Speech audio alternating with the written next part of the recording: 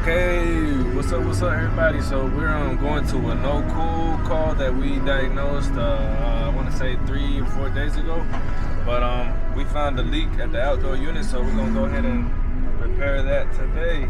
So that's what we're gonna go ahead and do, guys.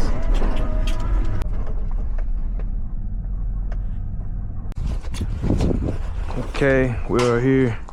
I'm pretty sure this thing has 0 refrigerant because when I was messing around looking for that leak, I moved that copper around a little bit and I could hear it hissing a little bit louder. So these are my new gauges. I got these probably last summer. I don't remember exactly when, July maybe.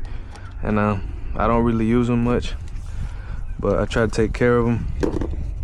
We're gonna use them today. This is 410. So I have nothing. Yeah, let's take these out. Then we'll take that top off. Go ahead, purge this out. And we're gonna purge what we braze that leak, and then we're also gonna do it when we replace that filter dryer. So let's just get some nitrogen through there.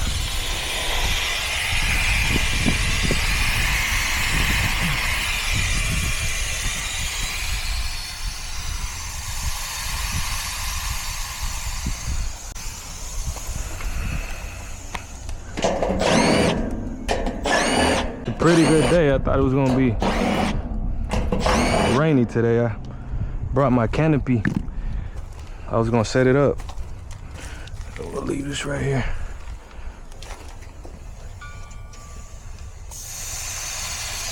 But it's pretty good out. I'm about to use my tent probe to see what it is out here. That way we can check our pressures. Go ahead, wet these rags. I'm not trying to loosen another joint while I'm brazing, so hopefully we don't do that. We're gonna put these around the leak area. That way we can braze. It looked like somebody already brazed there, or that's a weak joint. The way they brazed it at factory, I don't think that's factory, but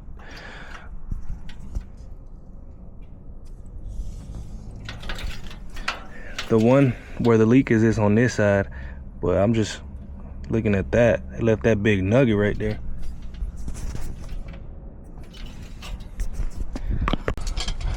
And we're gonna use our turbo torch.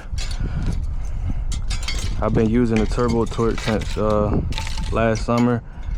I had started with the turbo, then I used the oxyacetylene, and then I went back to the turbo last summer, so we'll see what we do this summer. But this is definitely easier than carrying those 2 tanks. All right, let's get our purge going.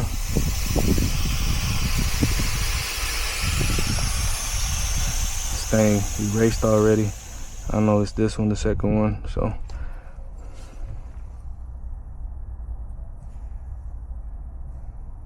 I can feel it right there.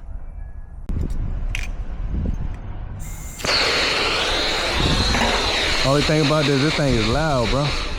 And it take a little bit longer to heat up, but still good.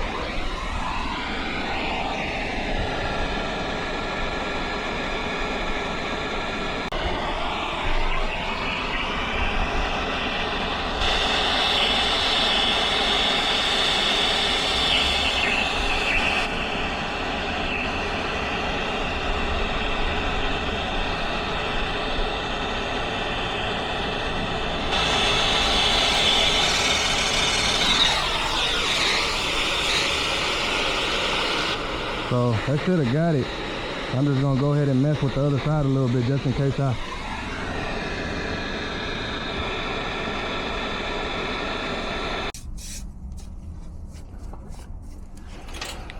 dude that showed me how to braze and stuff, he would always tell me not to use the wet rag right after I just finished brazing because it'll weaken the joint. So I usually don't, but in this case I just did just because there's other joints here. So I don't know what y'all have been taught or what y'all know, so let me know if y'all know anything about that. This ain't the best mirror. I gotta get a new mirror for this upcoming season, but we'll take a look real quick. Turn our light on.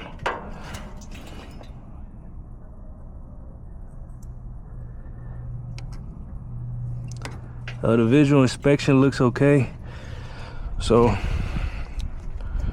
let's go up to that filter dryer. So I got some sandpaper for that filter dryer upstairs.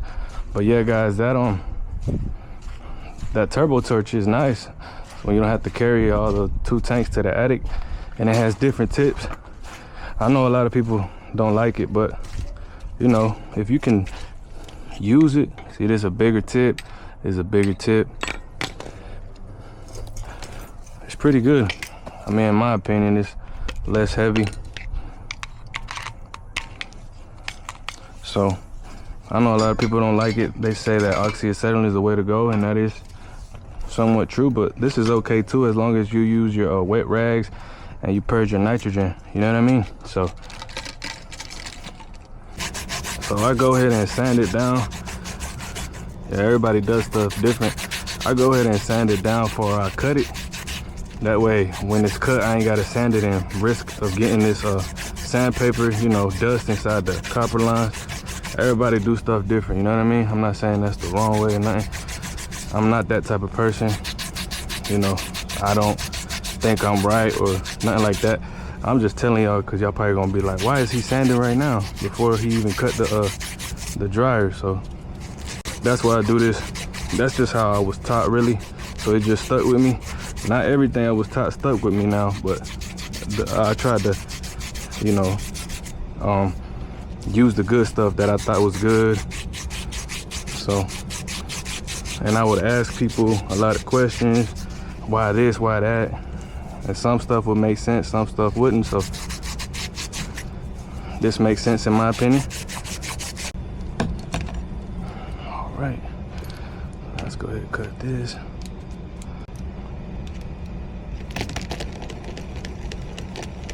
We got some space to play with this one, so we'll go ahead and aim it down.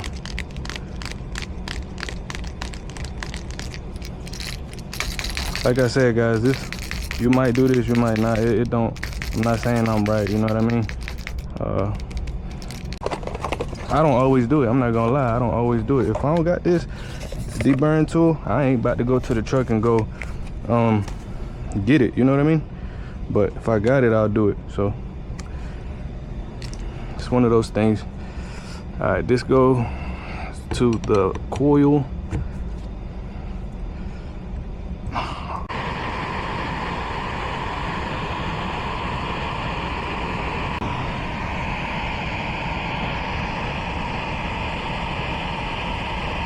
So we're at 248. We're gonna add a little bit more, about right there. 254, and then we're gonna let it stabilize. We're gonna give it probably about 5 to 10 minutes, and then we're gonna start our pressure test. We're gonna let the nitrogen stabilize through there. Let's take, yeah, 5 pounds, 7 ounces. So 5.5 pounds. So I'm gonna go ahead on, we're gonna give it a minute. I'm gonna go ahead and get my scales ready. I got my vacuum right here, that's the next step. And those filters, I'm gonna change them out whenever we start the vacuum. That way we can have something to do while the vacuum is going. Okay guys, so we at 253. We about almost 7 minutes in because I started my watch a little late. So I think it should be good.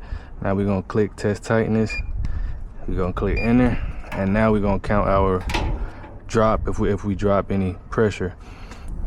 Okay, so it's been about 18 minutes, almost 20 minutes. It's been about 25 minutes since I first let it in. It's 0.6, so it's safe to say there's no leak. I don't know why this past the decimal it rises a little bit. I don't know if it's the outdoor temperature that has something to do with it. It doesn't always do it. So that's something that I'm not real sure about, but it's safe to say it's no leak. I'll take a picture of this.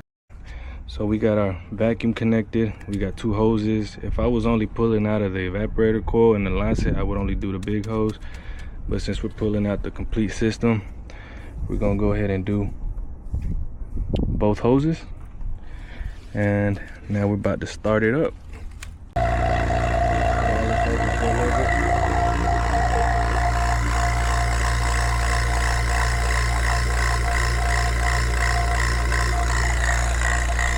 I will give it some time and we'll go ahead and put our filters on.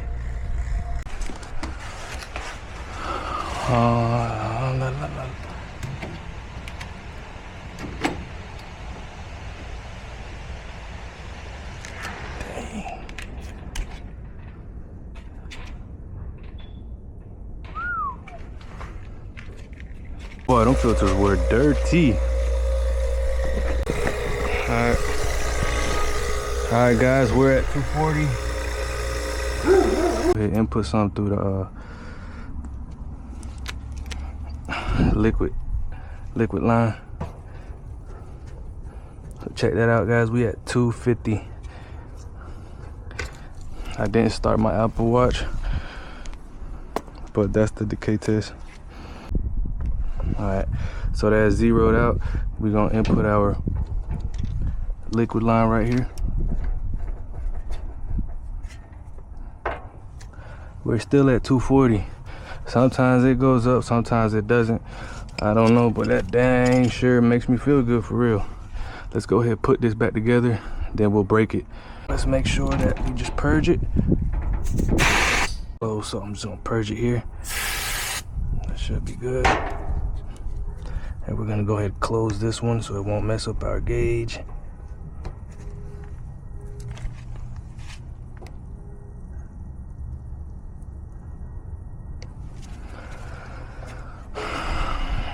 All right, so now we're gonna open this. I'm gonna control it off of here and just look at the pounds.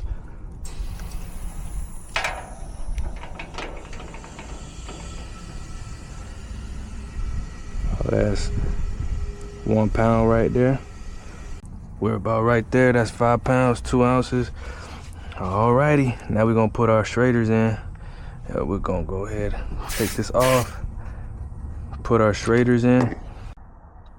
Okay guys, so we at about 64 degrees out here. That's what the probe is reading. So it's not bad. So let's turn this bad boy on and let's check out the pressures. Okay guys, so it just came on. So I'm about to put this timer on. Came on probably about 30 seconds ago. Put this stopwatch, we're gonna let it stabilize. Pressure, suction pressure is 89, head pressure is 193. Subcool 4.0, superheat 38, so it's looking like it's a little low, but we just started this cycle, this cooling cycle right now.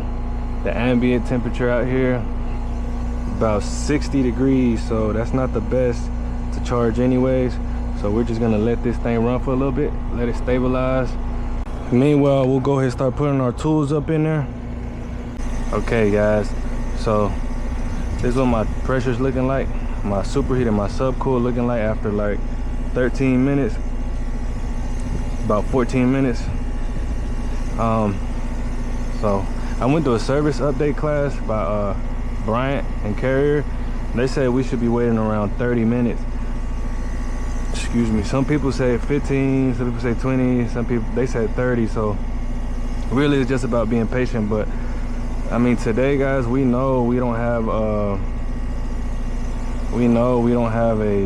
high load out here. It's 53 degrees here in my probe. Well, in Douglasville, my probe was reading 61 to 64, but I put it now on the temperature difference. I put it on the supply and the return plenum. So we got a temp split of 18. So my supply is 49, my return is 67. So we know there's not a real good load inside. It's not a real big load, but we know that it's not hot out here. The ambient temperature ain't hot, but I'm still gonna add some to it to kind of just guess, because I know my superheat is high. So I'm gonna add some very slowly. Okay. So we got 105 suction pressure, 34 coil temp, the saturation temp, 9 degrees subcool is bouncing between 6 to 7 to 8 to 9. We got 9.4 subcool, that's staying pretty steady. So we don't have a high head pressure, because like I said, it's about 60, it doesn't pass 65 degrees out here. Also inside it's about 71, 70 and dropping, so we don't have a heat load in the house. So this is normal. So I would say we're pretty good. We're good to go for the summertime, hopefully. But all right, guys, thanks for watching. God bless everybody. I hope everybody's having a good Thursday. Tomorrow's Friday. Positive vibes. Love the Lord. God bless everybody, baby. God bless.